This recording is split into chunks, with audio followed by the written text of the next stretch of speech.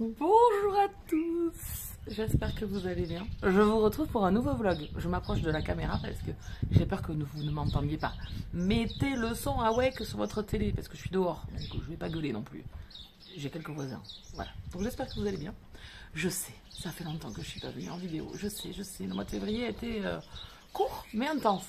Donc bon, écoutez, j'ai beaucoup de choses, trop. Et puis vous savez, si on me laisse parler, ça finit jamais, ça s'arrête pas. Donc je me suis dit pourquoi pas aller dehors, parce qu'en plus il fait un temps merveilleux entre le week-end dernier et ce week-end. Voilà, il y a un petit vent, mais il n'est pas trop froid, donc bon, enfin, avec un pull ça suffit. Donc je me suis dit que j'allais, ça bouge. Attendez, je vais vous décaler de la table, parce que si je cogne la table, je vous cogne à vous. Oh, vous avez mon doigt et tout. Non, on change pas.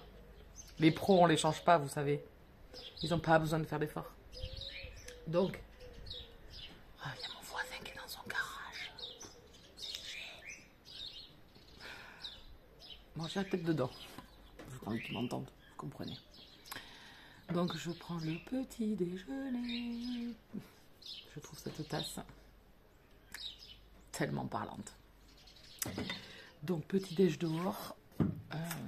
Mettez le son. Mettez le son parce que du coup, il est dans son garage à côté. Donc, ça va être très près quand même. Beaucoup de choses. Tout ça, c'est pour vous.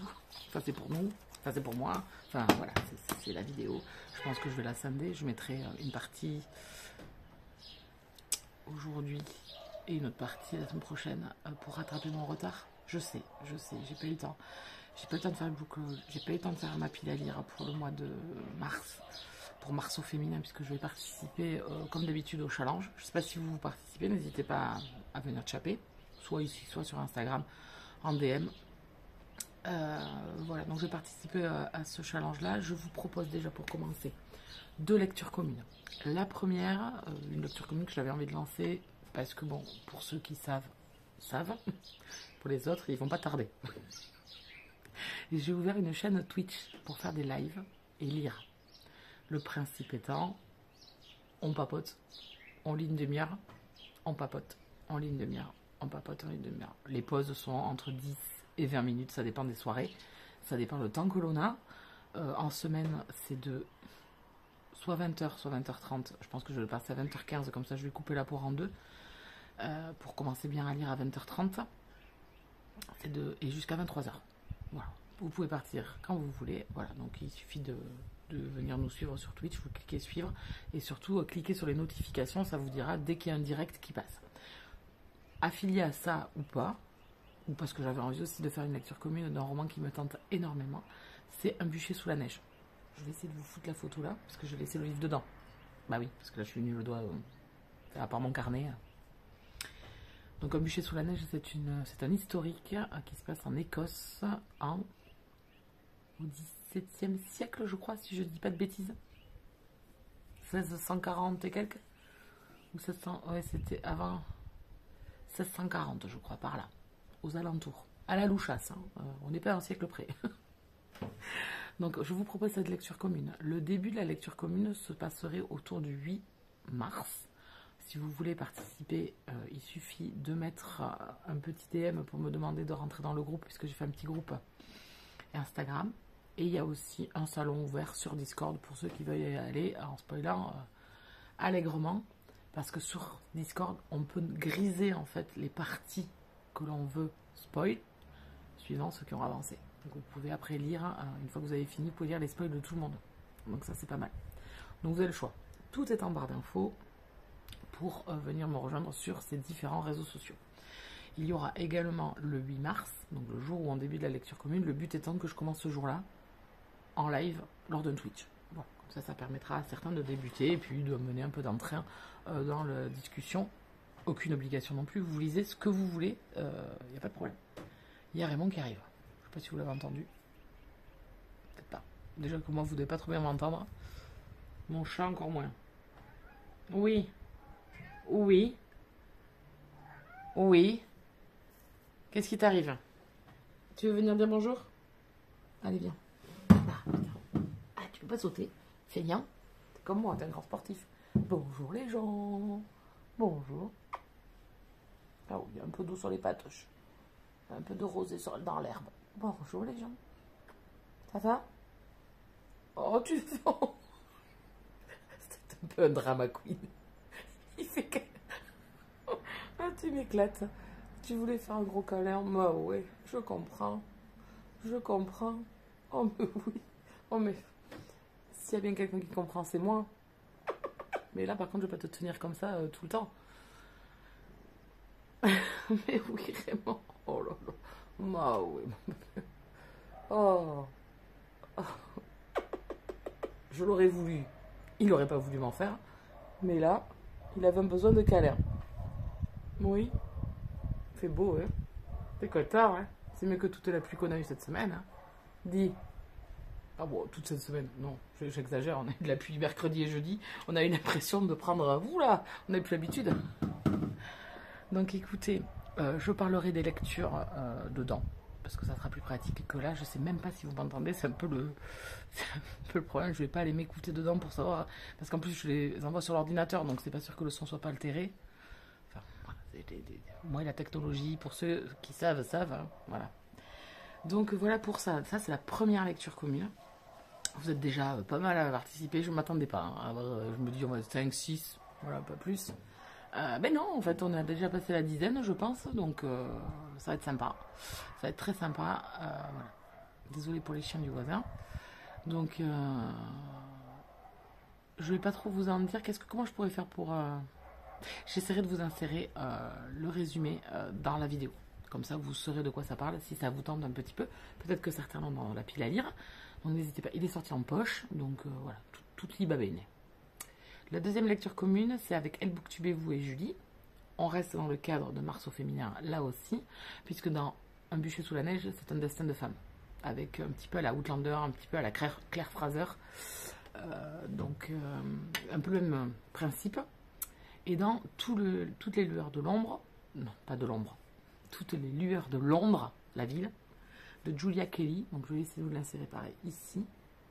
On est dans une romance historique. Je ne sais pas si c'est une romance. Il y a une romance, je crois, avec un pilote de la RFA. Je crois qu'il y a une romance avec un pilote de la Royal Air Force. Mais je suis pas sûre. Je crois que c'est avec un pilote anglais. Bon, on est avec des femmes anglaises qui vont du coup participer à l'effort de guerre, comme on dit.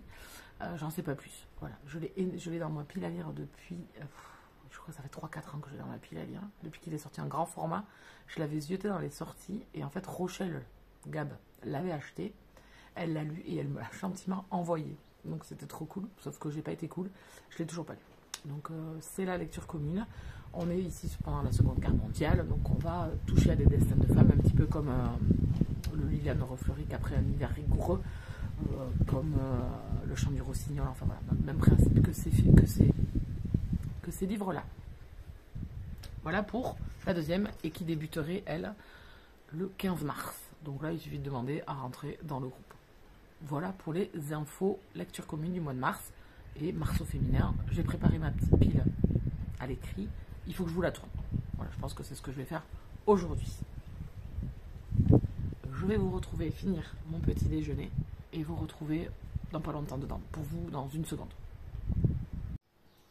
Bon, je vous retrouve dedans. C'est quand même beaucoup plus confortable, on va pas se mentir. Je pense qu'au niveau du son, ça doit être quand même un peu mieux. Par contre, je vous retrouve à ma table de séjour parce que je vais faire mes comptes. Oui. Tant que j'y suis, parce que là, je viens de ce matin, c'était rangement de cuisine, drive, ranger les courses, voilà, petit-déj, tranquillote.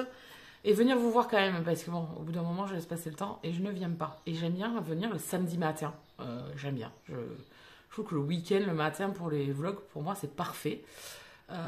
Donc, je vous ai pas dit quel jour on était. Mais enfin, on est le samedi 25 février.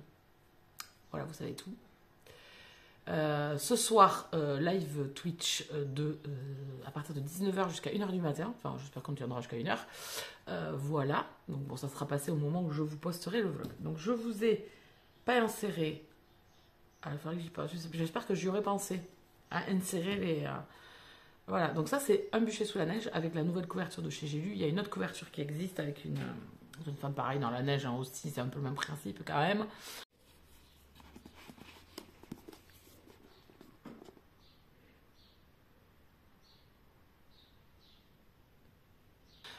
Donc voici pour le premier, la première lecture commune du mois de mars. Et la deuxième dont je vais vous parler, c'est Toutes les lueurs de Londres. Mais attention, ne vous fiez pas, moi j'ai le grand format de chez Milady, enfin Hauteville, ça s'appelle maintenant, depuis 2 ans, il faudrait peut-être que je me mette à la page. Voilà, donc il n'est pas très gros, c'est écrit assez gros, Donc écoutez, ça c'est le second.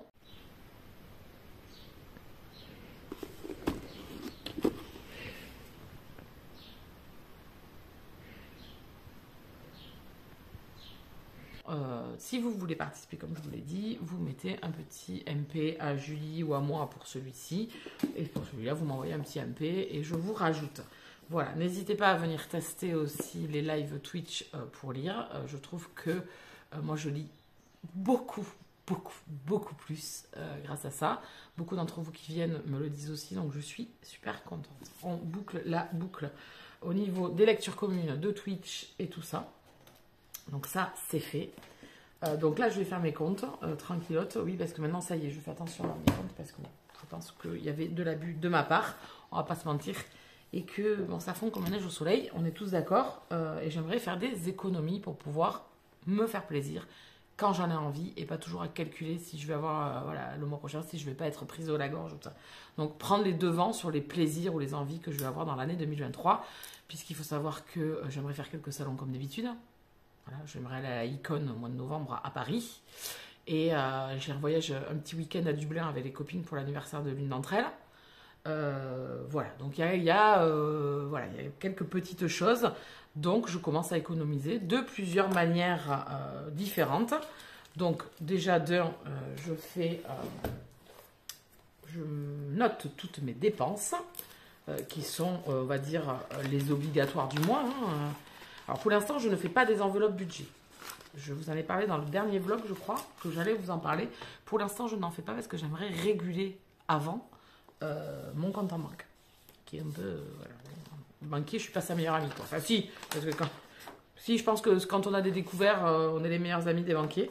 Donc, je me suis fait une petite trame comme ceci. Donc, ici, j'ai mis mes revenus. Ici, j'ai mis mes prélèvements automatiques qui sont immuables, l'assurance, les impôts, enfin, tout le monde a les mêmes, hein, à peu près, pas tout, mais... Et ici, les dépenses qui devraient être des enveloppes, qui sont mes dépenses du mois. Je me suis rendu compte qu'au niveau des courses, j'y allais un peu fort pour moi. Voilà, j'avoue, je ne vais pas mentir. Je faisais pas attention, je fais du gaspillage, et ça m'énerve. J'en fais pas beaucoup, hein, mais il m'est arrivé d'en faire. Et ça, c'est insupportable. Alors, bon, c'est pas perdu, ça part au compost, mais quand même, non, la logique n'est pas bonne. Donc, je fais les courses maintenant toutes les 2 semaines. Je me mets une enveloppe pour les 2 semaines. Je calcule un petit peu ce que je veux faire comme repas. Et effectivement, ce mois-ci, j'ai quand même économisé 60 euros, je pense. Voilà. Bon, que j'ai mis ailleurs, hein, parce que j'ai la machine à laver qui est en panne depuis Evitam Aeternam et que je ne voulais pas faire de dépenses dessus. Elle est enfin partie se faire réparer et j'en ai pour une petite somme. Bon, pas énorme, mais j'ai déjà laissé un acompte de 50 euros et donc je pense que voilà, je la récupère mardi. Donc voilà, il y a d'autres immuables. Donc si je pouvais être tranquille psychologiquement de me dire, ben voilà, ça plus ça que j'avais pas prévu, ben là je vais repartir à découvert, je vais être... Donc voilà. Pour l'instant, je ne fais pas d'enveloppe budget parce que je ne paye rien en fait en liquide. Enfin, très peu. Sauf quand je vais au resto avec des amis ou au bar avec les copines. Voilà. Comme ça me permet de voir à peu près combien je dépense dans la soirée. Voilà. Donc, j'en ai fait un autre d'une autre couleur. Enfin voilà. Donc, je vais vous montrer celui de ce mois-ci que j'ai griffonné en... Bon, je ne vais pas tout vous montrer. Voilà, je vous le montre vite fait. Voilà, il est griffonné de partout. Le rouge, c'est ce qui est déjà sorti, les dates à laquelle ça sort. Et ici, en fait, ici, je vous le mets à l'envers, comme ça vous ne verrez pas. Ici, j'ai noté mes courses et les dépenses que je dois faire. Voilà, j'avais une journée fille, j'avais mis un petit montant. J'ai des cadeaux qui vont arriver bientôt pour des anniversaires, donc j'ai mis un petit montant aussi. Donc ça, c'est resté sur le compte en banque du coup. Puisque, comme je vous dis, je ne fais pas d'enveloppe, mais je prévois sur le compte. Donc c'est un peu une manip différente, mais bon, au final, j'espère arriver à faire des enveloppes budget aussi.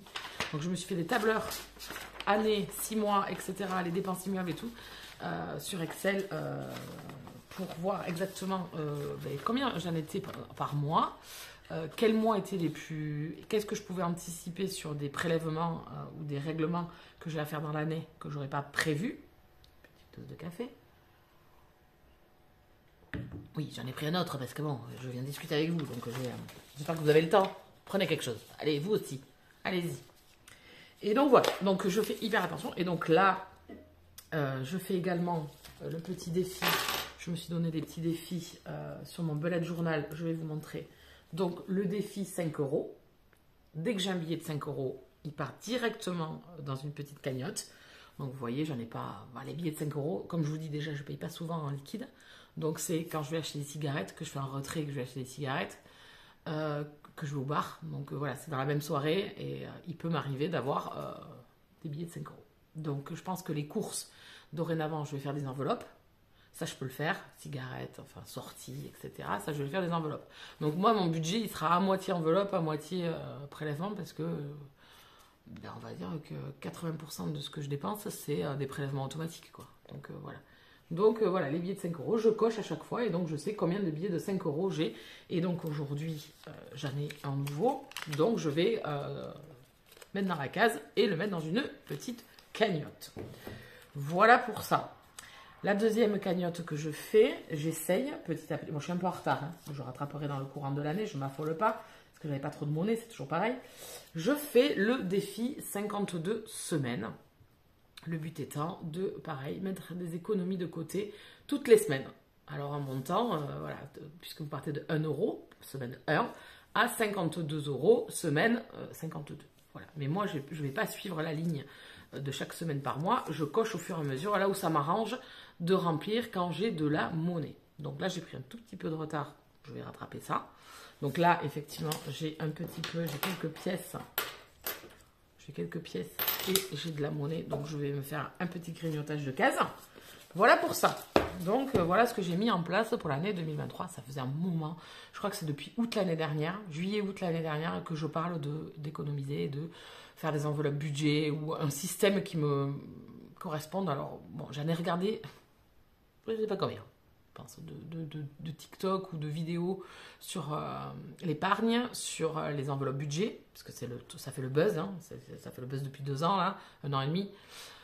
J'en ai regardé plein, mais je vais adapter à ma sauce, et je pense que vous, si ça vous dit de faire des économies, c'est adapter les choses à votre façon et pas celle du voisin. Voilà. Donc moi, elle va évoluer, puisque pour l'instant, comme je vous disais, je ne fais pas beaucoup d'enveloppes, mais petit à petit, je vais intégrer. Donc là, c'était mon premier vrai mois avec mes petites grilles, etc. Donc là, on est à la fin du mois, ce week-end. C'est pour ça que je fais mes comptes, parce que je vais préparer, en fait, la grille de mars. Là, je viens de faire les courses, alors que j'aurais dû les faire le week-end dernier. Donc déjà, j'ai gagné un petit décalage.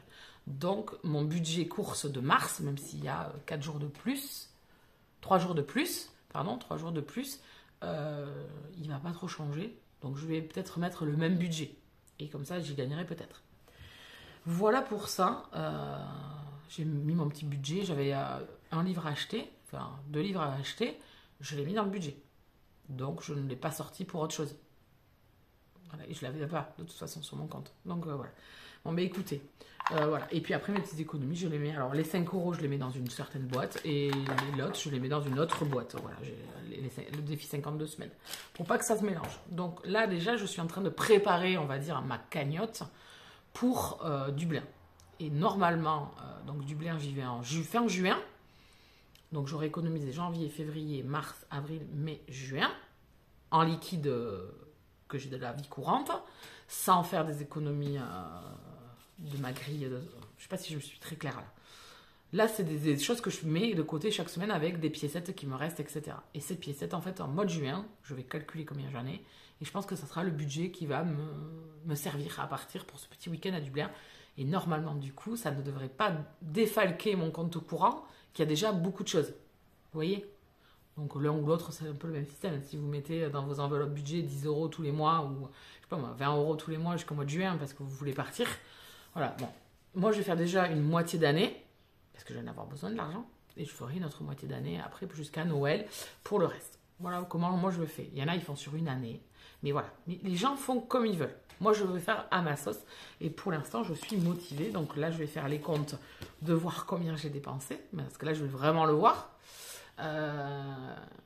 Et préparer du coup ma grille de prix pour le mois de mars. Et voir qu'est-ce qu'il y a en mois de mars qui va venir, qui n'est pas habituel. Ou qu'il va falloir que je budgétise en enveloppe pour mes dépenses. Voilà pour ça. Bon, mais pour l'instant, on n'a pas parlé de lecture, on n'a pas parlé de série. Donc, j'avais beaucoup de choses à vous dire au niveau lecture. Je vous laissais la dernière fois, j'étais dans La Meute de Sherwood, de Mérida Reinhardt. Excusez-moi, j'ai eu un bug. Donc, je l'ai terminé depuis le temps. Il est terminé depuis quelques jours, semaines. Je n'ai pas eu le temps de venir vous en parler. J'avais déjà vaguement parlé dans le dernier vlog que je vous ai fait.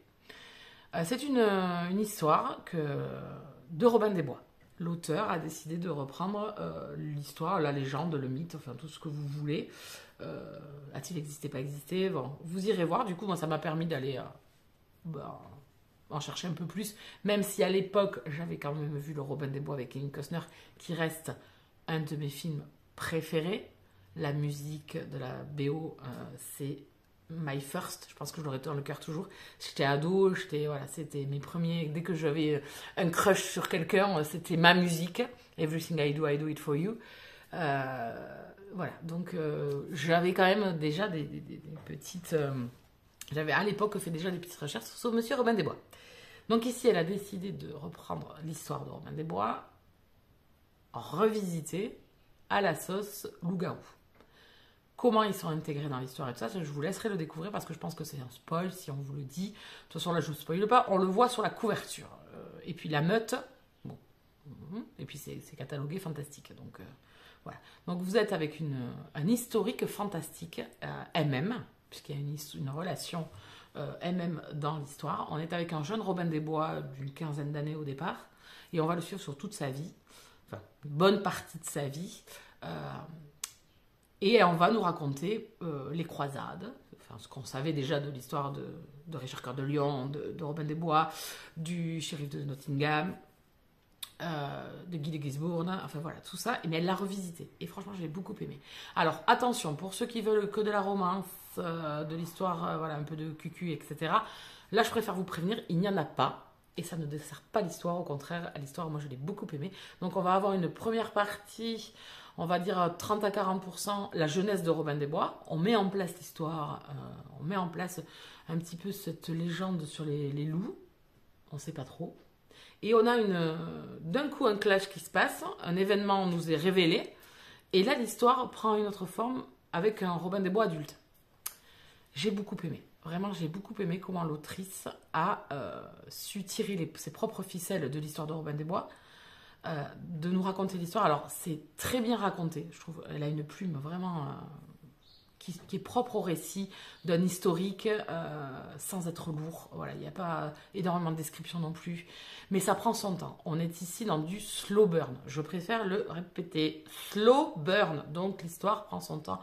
On va découvrir d'abord l'histoire, le personnage de Robin des Bois, et vraiment, au fil vers la deuxième partie, on va voir les prémices d'une relation qui n'est pas, je trouve, l'élément principal de cette histoire.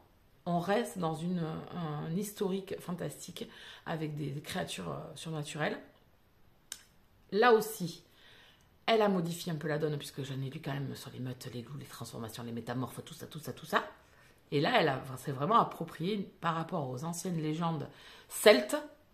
Elle s'est appropriée. Voilà, il y a vraiment un travail, je trouve, et une recherche pour calquer un héros que beaucoup de monde connaît, une histoire dans sa généralité que beaucoup de monde connaît, qu'elle s'est appropriée elle-même. Moi, franchement, j'ai passé un très bon moment. Alors, je répète, slow burn, roman historique fantastique, loup, ça prend son temps. Donc, slow burn, mais ça prend son temps aussi dans l'histoire de l'histoire. Donc voilà, une plume vraiment très intéressante, beaucoup de recherches. Voilà, c'est très addictif, mais attention, vous n'êtes pas primordialement dans une romance. Enfin, ça c'est ce que moi j'ai ressenti. Il y en a. Il y a de la romance. Mais je trouve qu'elle n'est pas plus appuyée que ça. Pour les personnes qui n'aiment pas les scènes de cucu, il n'y en a pas. Il n'y en a pas. Il y a une scène qui... Ouh là là, ils sont tout nus. Voilà. Voilà. Donc, voilà. Mais j'ai beaucoup aimé le récit, j'ai beaucoup aimé l'originalité de cette histoire, de l'histoire de Robin des Bois revisitée, de cette légende celte avec les loups. Vraiment, il y a vraiment un beau travail. Moi, c'était ma première découverte de cette autrice, que je ne connaissais pas. Elle aime... Alors, dans la postface, elle nous parle un petit peu de comment elle écrit, de l'univers avec son conjoint, je crois. Elle nous dit qu'elle fait vachement de festival, du festival médiéval. Voilà, donc elle est vraiment imprégnée de la culture des époques moyenâgeuses, je pense. Je ne sais pas, je suis pas allée faire d'autres recherches sur l'autrice, mais en tout cas, on sent qu'il y a vraiment une plume. Voilà, il y a vraiment une plume qui est vraiment parfaite. Bien maîtrisée avec des mots de l'époque, mais qui n'empêchent pas la compréhension. Voilà, elle a bien travaillé son récit. Enfin, vraiment, moi je vous le conseille. Si vous voulez lire une histoire de Robin des Bois, mais différente de celle qu'on a pu voir plusieurs fois sur différentes formes, mais toujours la même, et que vous voulez un peu d'originalité et que ça change, moi je vous conseille d'aller lire ce roman. Moi je suis ravie de l'avoir découvert. Certes, la romance est en second plan, mais ça ne l'empêche pas d'être touchante. On est avec deux personnages quand même à l'époque où la masculinité était primordiale, la virilité, le signe des croisades de montrer qu'on était, on était un héros, on était un grand chevalier, on était voilà. Il y a tout ça en fait dans ces personnages de Robin des Bois et de Marius qui sont et de Guy de Gisbourne qui sont voilà montrer qu'on est un vrai homme, montrer à tout le monde, aux autres. Pas à soi-même, mais aux autres. Se tromper sur beaucoup de choses. L'arrogance de la jeunesse, les erreurs qui peuvent avoir des énormes répercussions dans la vie, mais que rien n'est perdu, on peut toujours se rattraper. Il y a vraiment beaucoup de sujets très très forts dans le récit. Vraiment, il y a un travail, il y a une réflexion, voilà, qui amène aussi des discours sur la vie. Et vraiment, c'est omniprésent dans le récit. Voilà, Robin des Bois, il fait beaucoup d'erreurs. Il est d'une grande arrogance dans sa jeunesse qui va lui porter tort. Mais rien n'est perdu dans la vie, rien n'est perdu. On peut être vraiment le héros qu'on a toujours voulu être, si on le désire vraiment, mais pour les bonnes choses. Pour les bonnes choses, de faire les choses pour les autres aussi, plutôt que pour soi-même. Enfin voilà. Je pense que j'ai fait le tour de cette histoire. J'espère vous avoir donné envie, parce que je pense que ce roman, beaucoup de monde va passer à côté, parce que c'est un roman fantastique et qu'il n'y a pas forcément que de la romance. Voilà. Mais moi, je suis ravie de l'avoir découvert.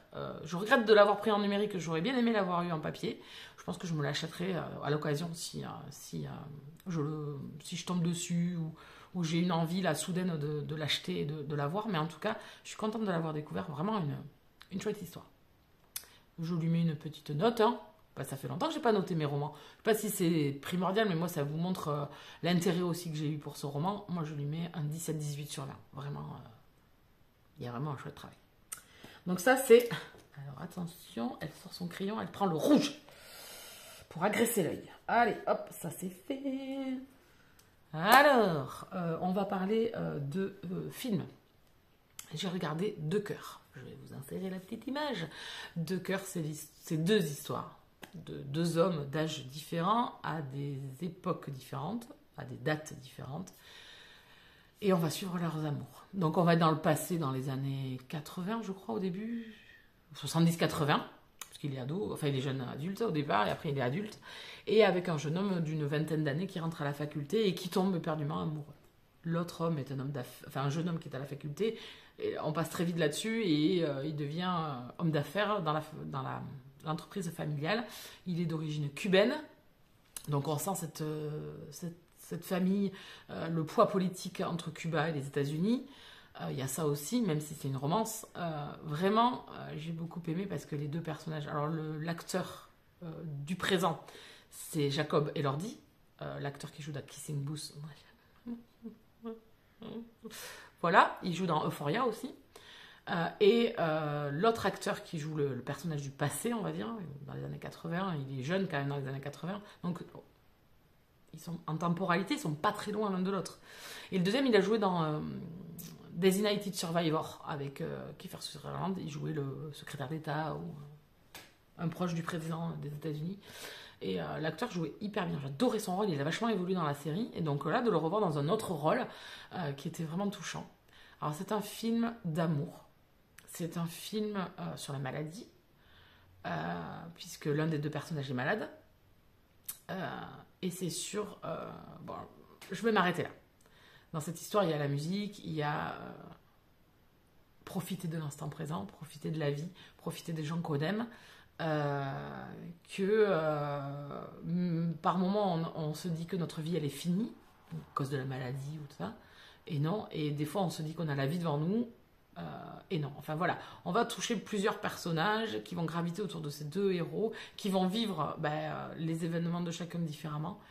Et on va avoir une espèce de flou à un moment donné. Et on va prendre une claque vers la fin du film. Et la fin, les larmes ont coulé. J'ai trouvé ça parfait. Alors attention, c'est un drame, c'est une romance, mais c'est un drame. J'ai adoré. Vraiment, tout est beau, tout est superbe, c'est humain, c'est bonbon, c'est cœur, mais c'est douloureux aussi, mais c'est la beauté humaine. C'est l'entraide, enfin voilà, il y a tellement de choses qui sont au-delà de la romance là, dans ce film, qui m'ont plus touchée presque que les deux romances. C'était trop bien. Vraiment, je vous le conseille. Il est disponible sur Netflix. Donc n'hésitez pas à aller le voir.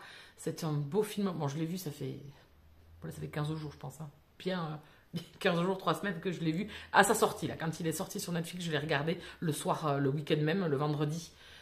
Et quelle belle histoire, et quel beau film. Voilà. Il y a plein par là aussi. C'est toujours les thèmes, les sujets, les questionnements sur l'humain et tout ça qui sont toujours présentés dans les romans ou dans les films qui me touchent. Et vraiment là, pépite, je peux que vous le conseiller. Donc celui-là, c'est fait aussi. Donc je vais faire une coupure, je vais aller faire vaquer mes occupations parce qu'il est midi, j'ai d'autres choses à faire. Et je pense que je reviendrai vous voir un peu plus tard. Voilà. À tout à l'heure. On se retrouve aujourd'hui pour la suite, mais on a changé de jour. Oui, on n'est plus samedi. Donc on est dimanche 26 février. Oui, hier je ne suis pas repassée parce que du coup la journée s'est enchaînée et je me suis plutôt occupée des visuels de mes lives Twitch. Donc du coup ça m'a pris quand même pas mal de temps. J'y ai passé 2 heures je crois. Et après j'étais en live de 19 à 1h du matin. C'était trop sympa. On a bien rigolé. On a lu quand même. On n'a pas fait que ricaner, mais on a lu. Donc j'ai avancé dans ma lecture. Je vais vous montrer mes lectures en cours aussi aujourd'hui. Et on va avancer dans les retours lecture et séries films que j'ai vus. Donc, je suis dans... Alors, j'ai fait une tache dessus. Je suis un peu embêtée, mais très grave. Le Palais des Mille Vents, le tome 2. Les Nuits de Saint-Pétersbourg de Kate McAllister. Je suis à 160 pages sur les 400. Voilà, j'arrive à...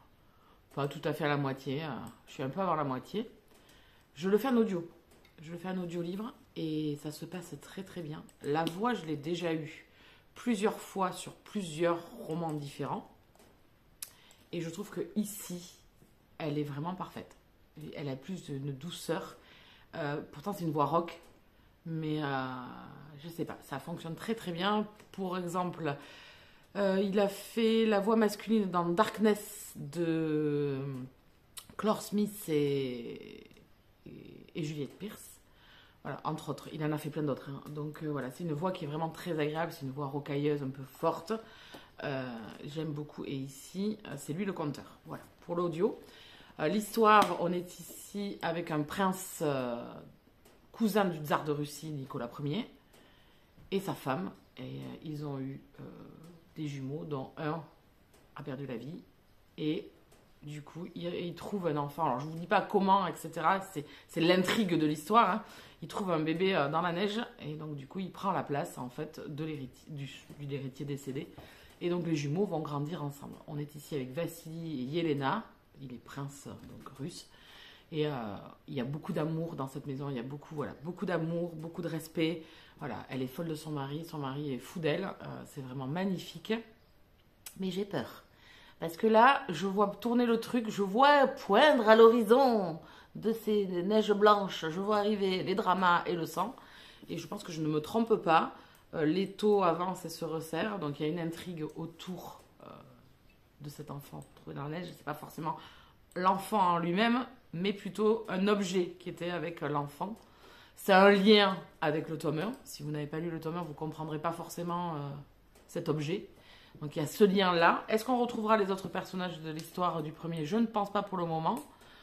Mais le lien, c'est l'objet. Voilà. Cet objet emblématique que tout le monde, voilà, tous les espions de tous les pays essayent de récupérer. L'Angleterre, la Russie, enfin, et bien d'autres. Dans le tome 1, on était dans les steppes mongoles, en Inde. Enfin voilà, on a fait le tour, on a voyagé. Ici, on est au cœur de la Russie, à Saint-Pétersbourg, dans ce blanc, ce froid glacial. On est vraiment dans autre chose, mais c'est tout aussi beau. La plume de Kate McAllister est vraiment sublime. Franchement, je suis ravie d'avoir découvert cet auteur, cette autrice, qui est vraiment une belle conteuse d'histoire, d'amour, mais également d'intrigue, de souffrance, de douleur, de famille. Enfin voilà, c'est vraiment très très bien raconté. Donc j'avais vraiment pris beaucoup de plaisir avec le tome 1, et donc là, je me régale également. J'ai peu de temps d'écoute parce que j'ai pas le temps.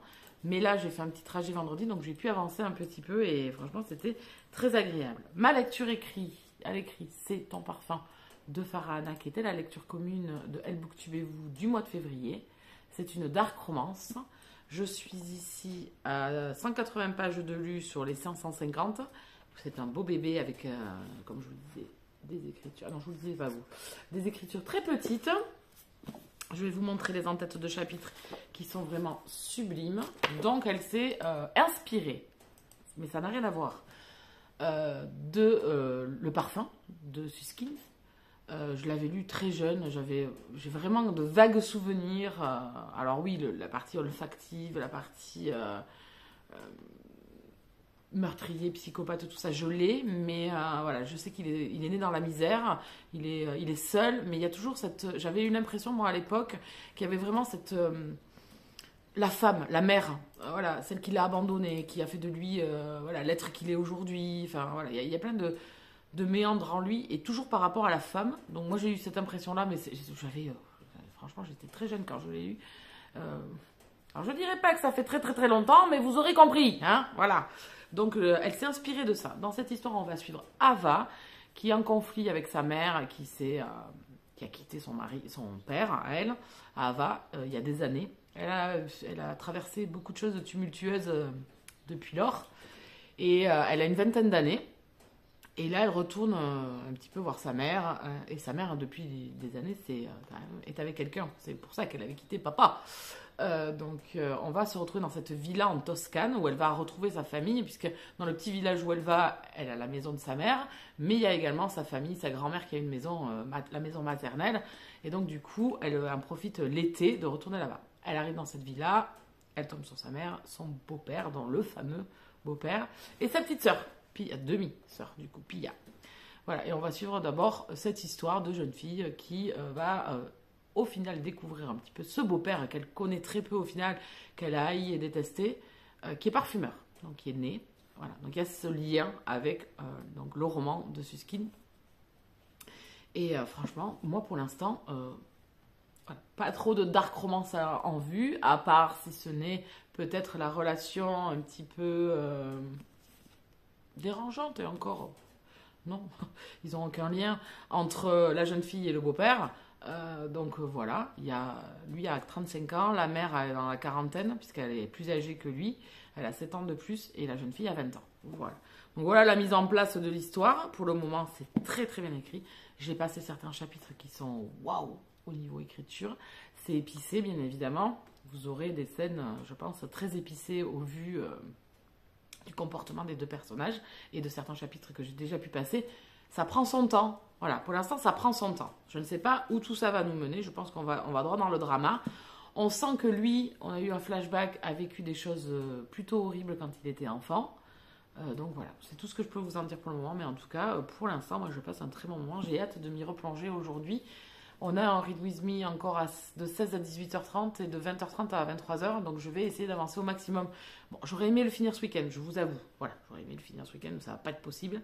Parce que j'aurais voulu lire un dernier livre avant la fin du mois de février. Parce qu'il ne rentre pas dans Mars au féminin. Voilà, et que vraiment en mars, j'aurais voulu me cantonner à lire vraiment que des femmes. Écoutez, si c'est pas le cas, c'est pas grave, je ferai une entorse. Voilà pour ça. Donc, niveau série, j'ai terminé la série Legacies, qui est un spin-off de Vampire Academy. Non, Vampire Diaries et les Originals. Donc, ça y est, j'ai fini les 3 saisons disponibles. La 4 n'étant pas encore disponible sur Prime. Alors, j'ai bien aimé.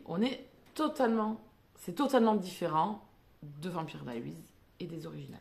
C'est encore une série qui a les bases de ces 2 séries-là. On est toujours avec des tribrides, avec des vampires, des loups-garous, et les Originals qui ne sont pas présents, mais qui ont toujours quand même une importance. On est à Mystic Falls, donc on a aussi l'antériorité de Vampire Diaries. Il y a Alaric Saltzman, qui est un des personnages principaux de cette série, avec ses 2 filles qu'on a pu voir dans Vampire Diaries, qu'on a pu voir aussi dans les originales, très peu, mais on les a quand même vues, et la fille de Klaus Michelson, donc, qui est la fille de Hayley James, et c'est ça, c'est James, son nom de famille, je crois, et Klaus, voilà, et on l'a vu également dans les originals, voilà, donc on a vraiment le spin-off qui découle, et les héritiers de ces premières histoires. Ici, on est quand même dans quelque chose, par moment, au niveau scénaristique, je parle de la composition des épisodes, sur quelque chose de plus léger. Alors, il y a toujours de la s'enquête, il y a toujours du drama, il y a toujours des histoires d'amour, il y a toujours des conflits, il y a toujours, voilà, ça y est toujours. Mais je trouve quand même qu'il y a plus d'humour. Alors, il y avait de l'humour avec Damon, hein, on va pas se cacher. Il y avait de l'humour avec Cole, quand il venait voir les Michelson. Mais c'était pas, enfin, bon, les originales, on sait qu'on se fend pas la gueule, hein. Voilà, moi, en 5 ans, je trouvais que c'était tirez-moi, enfin c'était drama, mais drama plus. Voilà, j'ai repris la fin de la saison 5 pour me rappeler un petit peu comment ça se finit.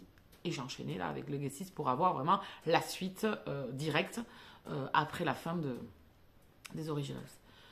Mais je trouve qu'il y a un peu d'humour qu'il y avait dans Vampire Diaries, parce qu'il y en avait un petit peu, hein, du sarcasme, etc. Mais là, il y a beaucoup plus d'humour. Il y a des épisodes, mais des barres de rire. Des Leprechaun, alors du coup ça part en cacahuète, Noël où il y a une sorte de Grinch qui vient, enfin vraiment il y a des épisodes dans la construction, c'est barré, voilà, c'est complètement barré. Je pense que les scénaristes se sont fait plaisir aussi, comme ils pouvaient inventer plein de créatures surnaturelles et faire venir plein de monstres à Mystic Falls, ils s'en sont donnés à cœur joie et je trouve que c'est génial parce que du coup c'est pas du tout comme les 2 autres séries. Et j'aime beaucoup. Donc j'aime beaucoup les personnages qui sont... autant on les adore qu'on les déteste par moments. Surtout les filles, on va pas se mentir. Les jumelles plus Hope, la fille de Klaus. Ah, on a du concentré de caractère là-dedans. Et on a vraiment des filles quand même très explosives. Elles l'ont toujours été. Elles l'étaient déjà quand elles étaient enfants. On l'a déjà senti quand on les avait vues enfants. Mais là quand même, je crois que la pire, c'est la jumelle Lizzie. Mais qu'est-ce qu'elle est drôle. Mais qu'est-ce qu'elle est drôle. Parce qu'en fait, elle dit tout ce qu'elle pense. Mais pas toujours gentiment. Et ça, c'est du bonheur en pâte. Parce que du coup, ça fait tellement rire. Alors, c'est pas toujours plaisir, mais ça fait rire. Voilà, donc j'ai fini ces 3 saisons. Et j'aime beaucoup. Voilà, pas autant que Vampire Diaries.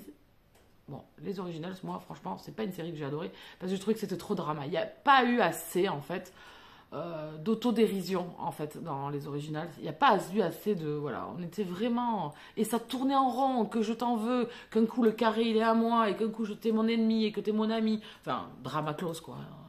Le plus grand drama queen du monde. Mais c'était sympa, par l'univers et par l'endroit où on est à la Nouvelle-Orléans, dans ce vieux carré. Il y avait beaucoup de personnages emblématiques et d'histoires d'amour qui étaient vraiment belles, mais gâchées. À chaque fois, j'ai trouvé vraiment gâché.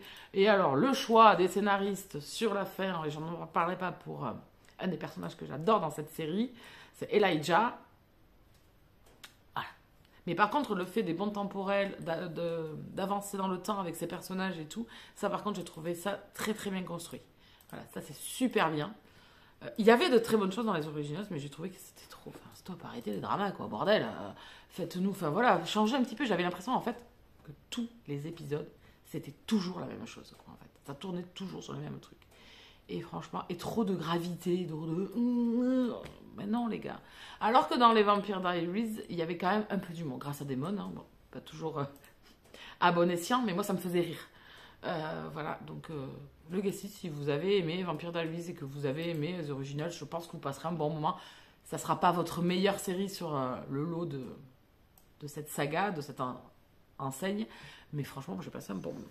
Ensuite, on continue avec une lecture terminée et c'est un contemporain, ça s'appelle Ellie et Dan de Hazel Prior. Donc, un petit contemporain où on va suivre Ellie. On est en Angleterre, dans un petit village. Et Ellie passe souvent par le même chemin en se promenant et elle tombe sur une grange avec une enseigne fabricant de harpes. Et elle rentre. Et là, elle fait la rencontre de Dan. Ce jeune homme, qui a le même âge qu'elle à peu près, une trentaine d'années, ou 35 ans je pense, et qui fabrique des harpes, et qui est un personnage, on va dire, lumineux, naïf, simple dans sa vie, où il n'a pas besoin de fioritures pour être heureux, beaucoup de mécanismes qui reviennent tout le temps, donc certains auront compris où je veux en venir. Il a une particularité, une singularité, une sorte de léger handicap, on va dire, qui fait tout l'attachement qu'on peut lui porter au cours de la lecture. J'ai vraiment adoré ce personnage. Dans cette histoire, en fait, au final, il ne se passe pas énormément de choses. On va suivre Ellie et Dan, chacun enfermé dans leur quotidien. Surtout Ellie, qui vit une vie de couple. Elle va vous expliquer un petit peu sa vie de couple, sa vision de comment malheureusement, on peut aimer quelqu'un et cet amour est aveugle, mais au final, on commence à ouvrir les yeux. Et il nous faut du temps, des fois, pour ouvrir les yeux. Et découvrir un petit peu une autre facette, ou peut-être quelque chose qu'on nous a caché, ou voilà, une vérité que l'on ne veut pas voir. Et donc, on va suivre Ellie dans cette vie de couple, mais en même temps dans sa relation avec Dan, qui est un ami, qui devient quelqu'un d'important pour elle, qui lui amène joie et équilibre, parce qu'il lui propose de venir jouer de la harpe, qui lui offre une harpe pour pouvoir jouer. Et on a ce quotidien qui est très calme, très fluide, très doux. Un événement va venir bien évidemment chambouler tout ça, vous vous doutez bien. Donc on a vraiment cette relation que j'ai vraiment adorée. La prise de conscience d'Ellie, le personnage de Dan qui au final a beaucoup de sincérité et qui découvre des choses et qui au final a beaucoup d'intelligence et beaucoup d'actes. Il ne tergiverse pas, il peut être troublé, il peut être dérangé, etc. Il y a une scène de chasse qui est vraiment, mais je me suis fendu la poire, vraiment. Mais il prend des directives, il prend des décisions, et il y a un lien qui va se former avec une troisième personne dans l'histoire qui est vraiment géniale, qui est vraiment magnifique, qui est touchante. Voilà. Hazel Prior, elle a vraiment une plume dans cette histoire qui est vraiment douce, qui est vraiment agréable. Moi, j'ai passé un bon moment, mais, oui, parce qu'il y a un mais, oui, il y a un mais. Je suis arrivée à la fin. Donc cette fin que j'attends en fait, qu'elle me nourrit un petit peu tout au long du récit, que j'attends avec envie, cet équilibre pour chacun retrouvé, on va dire. Et j'ai trouvé que c'était trop précipité et que la fin était bâclée pour moi. Enfin, bâclée. Non, la fin n'est pas bâclée. Tu n'utilises pas les bons mots. Elle n'est pas bâclée. Elle n'est pas comme je l'aurais souhaité. Voilà. J'aurais aimé aller plus loin. Ce moment que j'attends depuis fichtrement longtemps, j'aurais aimé qu'il soit raté. J'aurais aimé qu'il y ait qu'il y ait un apprentissage là aussi parce que, qu'on évolue, qu'on avance. Mais ça, je ne l'ai pas eu en fait. Tout ce que j'attends tout au long du... J'ai l'impression d'avoir été... lésée, trompée en fait à la fin d'un événement que j'attends tellement, que mon cœur il s'est gonflé tellement, que j'adore ces personnages, que ce trio j'attendais tellement de le voir en action plus en fait, que je l'ai pas eu quoi. J'ai eu l'impression de ouais mais en fait il y a un tome 2, comment ça se passe, il y a une petite nouvelle après ou comment, voilà. Donc déception sur cette fin qui a une fin, hein. Il y en a beaucoup qui vont aimer, hein. Elle nous amène, elle nous finit son histoire, hein. On a une fin pour nos trois personnages, Mais c'est pas celle que j'attendais, quoi. En fait, j'attendais quelque chose de waouh. De waouh à leur façon, quoi. Bien évidemment, on connaît Dan, donc on se doute qu'il n'y a pas de... C'est pas parfait, mais on s'en fout, en fait. Voilà, donc j'ai eu une déception, malheureusement. Je sais pas si la fin avait été comme je le souhaitais, mais ça, c'est... Après, c'est... Le problème, c'est que les auteurs, ils écrivent pas pour moi spécialement, quoi, en fait. Donc, non.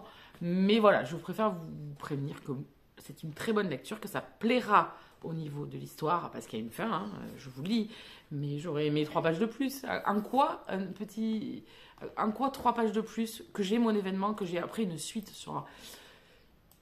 sur leur vie, quoi, un aperçu. Je veux pas rester toute la vie avec eux, mais un aperçu, en fait. Et j'ai une petite déception là-dessus, et c'est vrai que ça passe pas, et que j'ai adoré tout ce que j'ai lu, j'ai vraiment adoré le duo. Ellie et Dan. Ellie a une acceptation de Dan, enfin, aucun des deux ne change l'autre, enfin, il y a vraiment, à part Dan qui essaie de révéler à Ellie la personne qu'elle est, enfin voilà, il y a plein de choses dans cette histoire qui sont beaux. Il y a plein de thématiques, de sujets qui sont touchés, qui sont bien. Euh, c'est un des instants suspendus que j'ai le plus préféré, à part le meilleur, c'est sur mes épaules tu bâtiras ton monde. Je pense que c'est le meilleur que j'ai lu. Je ne me rappelle plus les autres, là ça ne me vient pas, j'en ai d'autres, mais celui-là c'est vraiment le meilleur. Et celui-là il était vraiment top, mais la fin quoi. Non, non, je suis déçue. Je suis déçue en plus. Voilà. Donc c'est une très très bonne lecture quand même. Je pense que ça contentera certaines personnes qui n'ont pas besoin d'effusion, de trucs. Voilà, mais moi c'est mon côté romance. Et j'ai l'impression d'être lésée. Donc je coche. Allez, on passe. Je vais faire que des livres là. Voilà, je vous ai fait un film tout à l'heure, mais là je vais faire que des livres pour rattraper un petit peu mon retard. Oui, on est en retard, on le sait. Donc le deuxième roman dont je vais vous parler, c'est un énorme coup de cœur. C'était waouh. C'est Vicious of Silence, le tome 3, Priest d'Amélie Sastier, univers de Bikers, les descendants des Blood of Silence. J'ai adoré le début de cette saga, hein, les 2 premiers tomes, puis le tome 0, où on nous parle de chaque personnage que l'on va rencontrer dans cette saga. Dans ce 3e tome, on trouve Priest, que l'on avait déjà vu, bien évidemment, brièvement, succinctement, mais qui m'avait déjà beaucoup alpagué dans les tomes précédents. C'était un des personnages que j'attends énormément. Donc il y a 3 personnages que j'attends énormément, c'était Hades, Bones et Priest. Voilà, c'était les 3, même plutôt Hades, Priest et Bones. Voilà, les 3 que j'attends le plus. Dans cette histoire, donc on est toujours dans ce club de bikers. Pour ceux qui ont suivi au début les 2 premiers tomes, ça commence à coincer pour les Vicious. Ça commence à devenir très compliqué pour eux. Léo, tu peux ouvrir le chat, s'il te plaît. Ça devient très compliqué pour eux. Et on va suivre Priest, qui est un jeune homme qui a beaucoup de secrets. Beaucoup. Qui a vécu des choses dans son jeune âge adulte, adolescent. Il est tombé follement amoureux. Il revient un jour au club. Je vous spoilie pas, c'est le tout début, on le sait déjà dès le début de la saga. Hein. Voilà. Il a une petite fille. Voilà, c'est un papa célibataire. Et même le club ne sait pas trop en fait l'histoire qu'il y a autour de ça. Donc là, on va les reprendre à ce moment-là. Noël se passe, les vicieux sont tous ensemble, et à partir de là, l'histoire va se décanter. Une entrée fracassante. Et à partir de là, on va avoir des flashbacks entre la vie de Priest aujourd'hui et la vie de Priest il y a quelques années déjà. On va dire 7 ans. Et on va découvrir ce qui s'est passé. On va découvrir ces personnages. On va découvrir la jeune femme cachée derrière cette histoire. Mais quelle montagne russe. Mais c'était... Alors, un gros triangle. Attention, trigger warning. La violence. Plus. Violence faite aux femmes. Je ne rentre pas dire mon neveu, donc je ne vais pas utiliser certains mots. Mais attention, voilà, public averti. Ça peut être, je pense, catalogué comme dark. Voilà. Pour les âmes sensibles, ce tome 3 va loin. Voilà, donc je préfère vous prévenir d'avance. Attention, nos personnages, qu'ils soient masculins ou féminins, vont vivre des choses odieuses. Voilà. Déjà, pour vous recadrer là où vous êtes, hein, là où vous tombez. Vous êtes déjà, si vous tombez dans un univers de bikers, je pense que déjà dans le départ, vous savez que vous allez tomber dans un truc qui va pas, que toutes les scènes ne vont pas vous plaire parce qu'il y a des choses qu'ils font qui des fois passent pas quoi. Voilà. Donc attention. Alors je dis pas que c'est les vicious qui sont comme ça, mais il n'y a pas que les clubs de bikers, il y en a d'autres. Il y en a qui ont des règles quand même qui sont, on va dire, qui veulent évoluer, qui veulent vivre un petit peu plus sereinement et plus dans le respect d'autrui. Et il y a d'autres qui vivent à l'ancienne. Hein, voilà. Ils se servent des gens, ils torturent, ils vendent des corps, enfin voilà. Donc attention, je préfère vous prévenir, celui-là, même moi j'ai eu le cœur arraché, j'étais là, punaise, 2 fois, ou même 3 fois même d'ailleurs. Voilà, donc attention. Mais cette histoire de Priest et sa douce, alors je ne vais pas la nommer parce que je ne veux pas trop en dire. Vous le saurez si vous commencez cette saga, vous le savez, mais je ne veux pas vous le dire. Voilà, donc la jeune femme, ce qu'ils ont vécu, leur jeunesse, les mots qu'ils se disent, le caractère de Priest. Priest est un jeune homme qui est né dans un club de bikers féminin. Donc il y a quand même chez lui et 2 de ses acolytes un respect envers les femmes. Voilà. Une éducation et un respect qui est fait envers les femmes, qui n'est pas forcément le cas d'autres clubs de bikers qui ne sont pas du tout dans ce style-là, mais dans le club où il a vraiment évolué et grandi, il a ce respect. Donc on le sent dans son éducation, dans le respect qu'il a d'autrui, dans sa douceur et sa sensibilité qui ne sont pas forcément ce qu'il montre au premier abord, mais qui sont quand même ancrés pour les gens qu'il respecte et qu'il aime beaucoup. Voilà. On va découvrir Priest jeune, donc c'est un jeune homme qui est très introverti et qui lit beaucoup, voilà, qui s'instruit beaucoup, qui veut faire des études, qui veut quitter le club de bikers dans lequel il est. Sa mère est au courant. Voilà, donc il est aux études et il va faire la rencontre d'une jeune fille qui est dans le même... Enfin voilà, ils créent leur propre bulle. En fait, autour de la littérature, autour de leurs études, autour de leur avenir, en fait, ils vont créer leur propre bulle, magnifique. Et en fait, cette bulle, elle va se détériorer au gré du temps à cause du club de bikers de la jeune fille, hein, qui est un club très rude, très dur, qui utilise les femmes.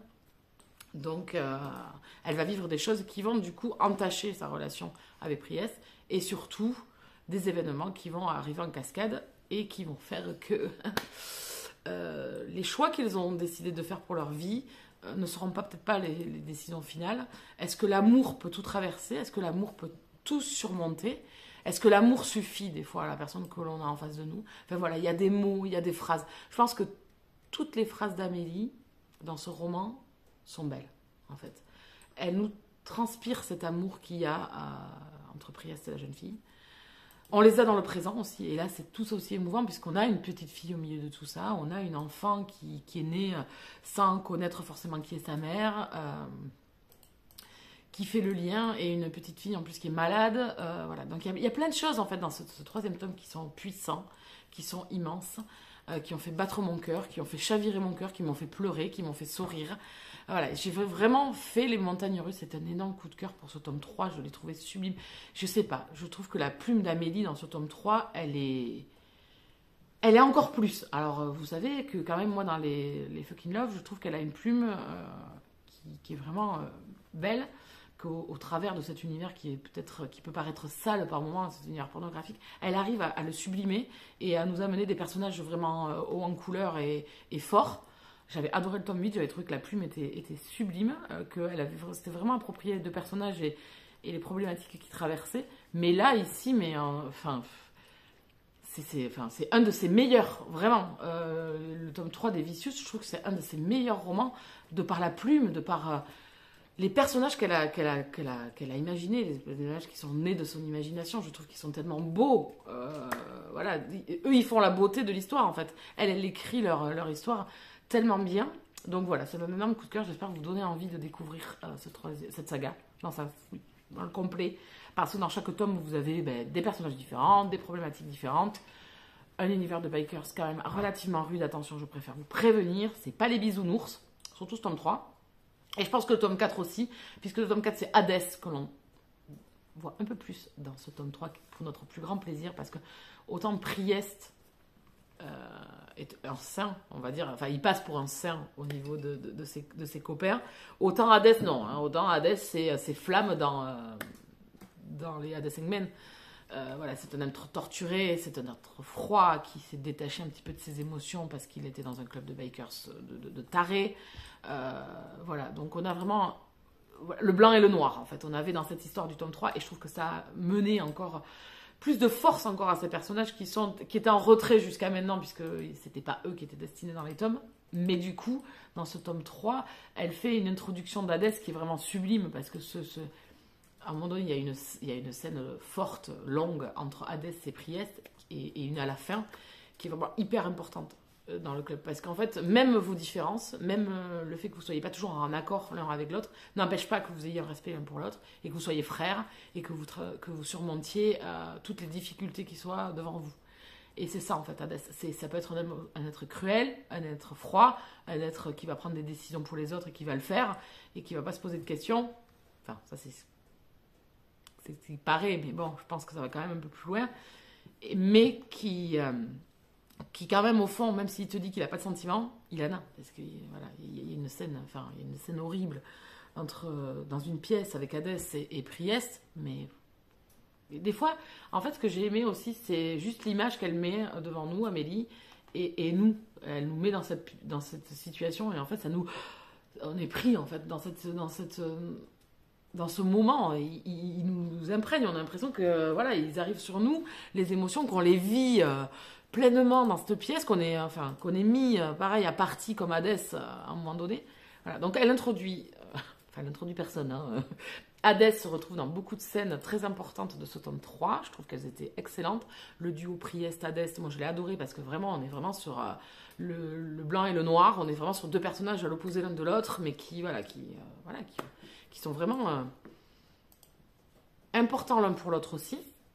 Et du coup, on découvre le personnage qui va être l'acolyte de Hadès dans le tome 4. Et comment vous dire que ça risque d'être explosif, puisqu'en face, on a un Hadès pire que notre Hadès, ou pareil. Donc je pense qu'on va avoir du remue-ménage dans le tome 4 et j'ai hâte. Voilà, je pense que ça va... Et j'attends qu'une chose aussi, c'est... Alors je ne suis pas vengeance et tout ça, mais j'avoue que la cruauté qu'il y a dans ce tome 3, j'espère qu'il y aura une vengeance. Et j'espère, voilà, un peu comme dans les Sons of Anarchy, quand ils se vengent par moments, quelque part, on se dit... Bah ouais, non, on cautionne pas, mais merde quoi, vous voyez, voilà. Donc écoutez, je vais m'arrêter là. J'aurai un autre roman à vous parler, mais je vais attendre parce que là, la vidéo est trop longue en fait, hein. On va pas se mentir. Donc écoutez, je vais clôturer là le vlog, j'espère qu'il vous aura plu en tout cas. N'hésitez pas à découvrir ces histoires, je me suis vraiment régalée avec ces lectures. Je pense que le livre du mois, ça sera les Vicious of Silence 3, peut-être que Ton Parfum. Ça va être entre les deux. Mon cœur va balancer entre les deux, je pense. Et je vous retrouve dans un prochain vlog. N'hésitez pas à vous abonner sur la chaîne et reste avec moi. Mettre un petit commentaire si vous voulez discuter. Un pouce sur la vidéo, ça serait cool. Et je vous dis à très bientôt. Bisous, Pella.